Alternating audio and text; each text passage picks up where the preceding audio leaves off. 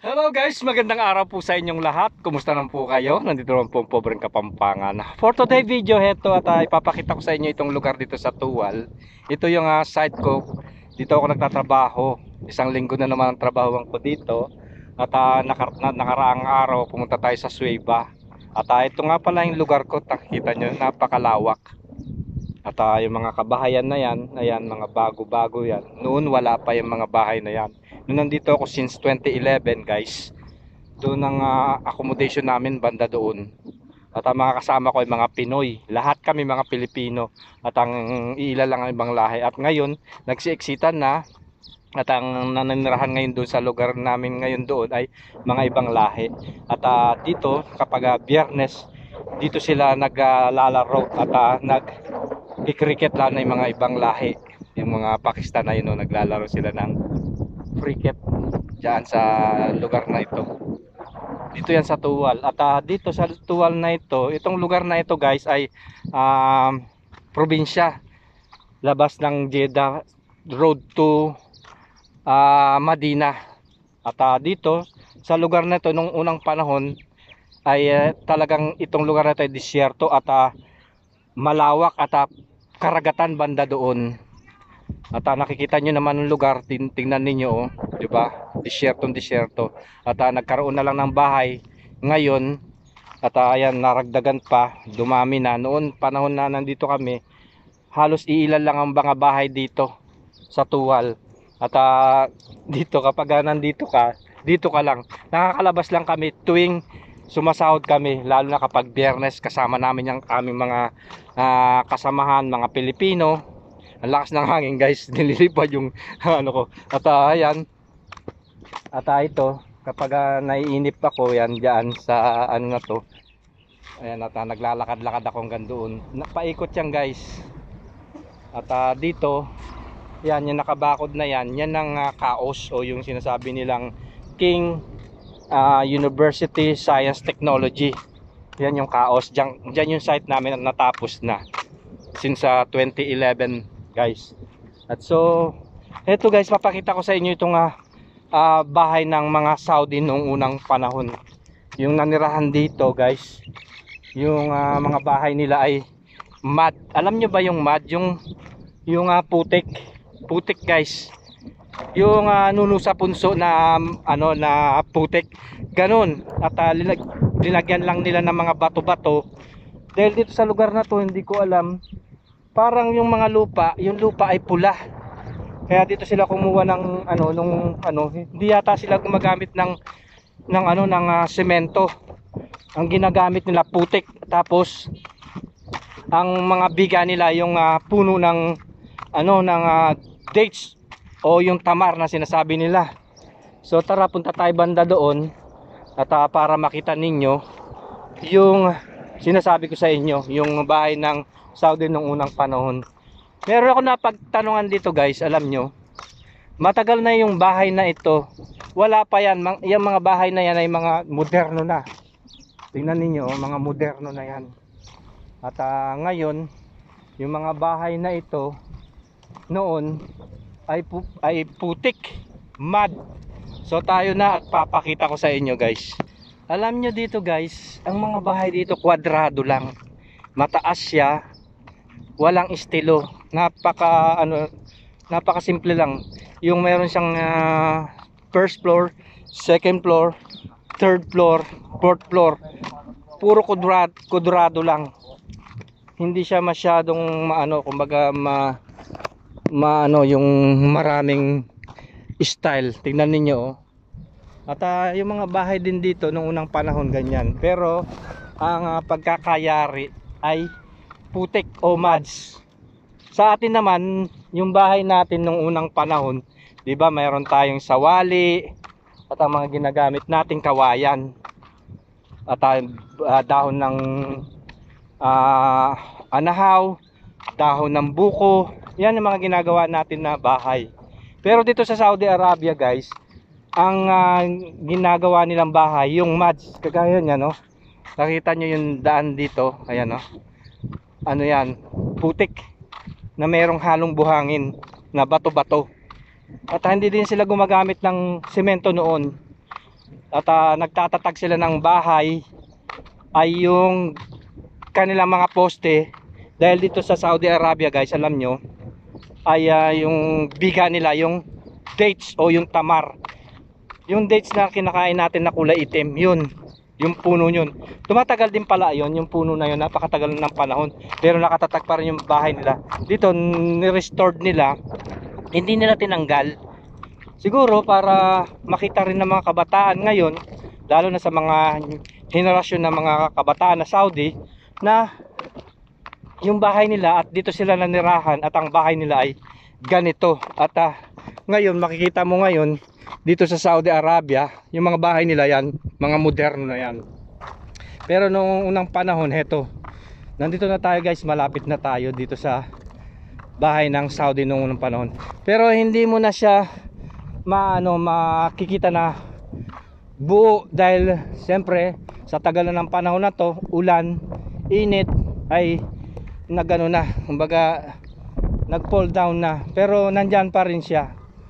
Ayan guys, so nakikita ninyo, yan yung bahay ng Saudi noong unang panahon. Eto, at nakikita ninyo, ayan yung nakikita ninyo yung nuno sa punso, ganun na ganun siya. Ayan o, kikita ninyo, may mga bato-bato. Ayan o, ayan yung bahay nila noong unang panahon.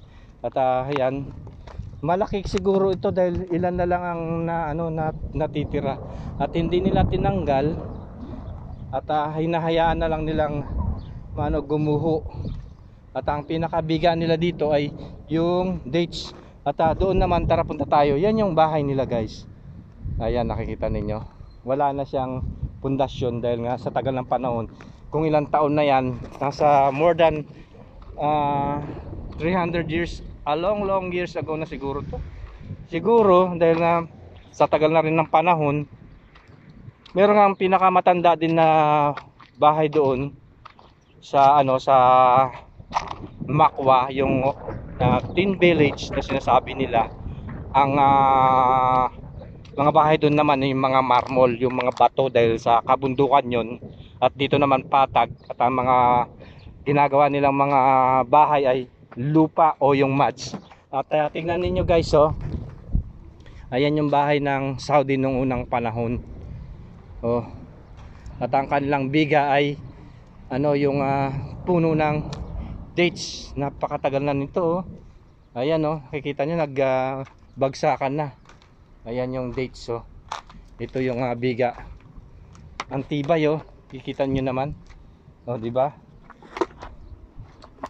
Ayan, bali ito nakatungkod na lang para hindi siya mawasak. Ayan, oh, kita ninyo. Ayan, at dito naman, ayan, oh, ayan yung bahay ng Saudi.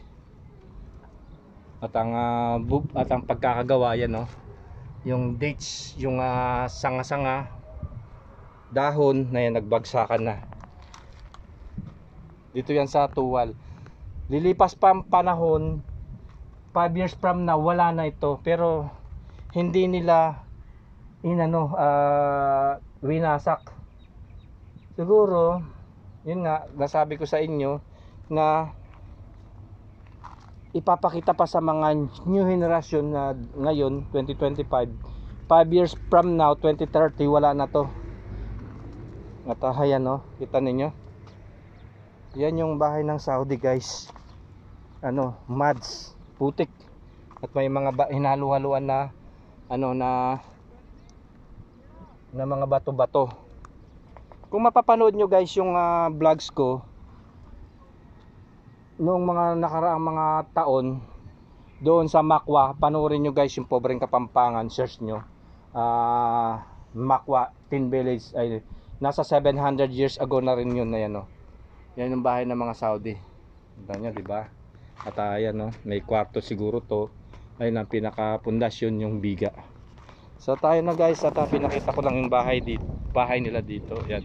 At banda doon din, doon yung kumbaga komunidad. Kumbaga ito, by single yan. Banda doon, tara punta tayo doon, papakita ko sa inyo. At ang daan dito guys, hindi sementado. Tingnan nyo. buhangin na merong halo siyang putik. At doon pa yung sinasabi kong bahay na ito, yung komunidad, yung kumbaga yung maraming tao na pamayanan. Pero dito sa pinakita ko sa inyo, yan ay isang lang yan, isang 2 tao lang nanirahan diyan. At dito itong lugar na ito ay disyerto. At tara, punta tayo banda doon, guys. Siguro malawak itong bahay dito at mangilan-ngilan na lang ang natira. Kasi nga tingnan nyo yung lugar, napakalawak. At ito na lang ang natitira na isa pa ring bahay dito. Yan ay putik. Yan, kikita ninyo. Ito na lang yung pinaka sentro, pintuan dito sa side na yan. At ito yung pinaka pintuan nila, yan nakikita ninyo. At yung kabuuan ng bahay wala na. At ito hindi pa natitibag. Hinayaan na lang nila siguro dito, hinihintay na lang nila na mawasak o matumba. Basta ayan, at para makita rin natin siguro na ang bahay ng mga Saudi noong unang panahon yung ganito. Natatara, punta pa tayo doon, maraming bahay banda doon. At heto guys, medyo malayo-layo ang nilakad ko at pinagputol-putol ko na lang itong video natin. Doon yung pinakita ko sa inyo na kabahayan yun doon. Yan sa side na yan, sa likod ko. Malayo yun nilakad natin gandun sa dulo. At heto na yung sinasabi kong bahay sa inyo, yung mga Mads house. Ayan guys, dito yan. Dito yan, pamayanan. Maraming nanirahan dito. Hindi natin alam kung buhay po yung mga tao ngayon. Dahil yung mga kabahayan ngayon yan, moderno na, malalaki na. Pero wala namang pinagkaiba dito sa bahay nila noong unang panahon. Ang pagkakaiba lang dito guys ay yung putik. Kudrado lang ang kanilang bahay. Yan nakikita ninyo. Yan ninyo, oh. Diba? Ang dami hanggang doon yan sa dulo. Ayan guys. Yan ang bahay nila. Ito yung pinaka wall o yung pader. Tapos yung kabuuan dito, meron siyang roof. Ang roof niya yung biga nila, yung puno ng dates. Ayan guys, kita ninyo. Kaya ito'y matutumba na. Pero malaking siya, oh. Hindi basta-basta matutumba kasi kung meron din nakatungkod na mga doon, mga puno ng ng dates. Kaya kapag umulan dito, yan sigurado magpo-fall down na yan. Ayan, at punta pa tayo banda rito. Meron pa banda doon guys na bahay, ayan, oh. Ayun. Punta tayo doon. At ito, yung bahay na yan, na yan, moderno na yan. Kumbaga sa tabi niya lang. Hindi din nila winasak guys. Yung sabi ko sa inyo na para makita ng mga kabataan na Saudi Arab, ng mga Saudi. At ayan. At alam nyo ba dito ang kinakabubuhay nila noong unang panahon? Dahil malapit sila sa dagat ay pangingisda. At yung iba pumunta sa Jeddah.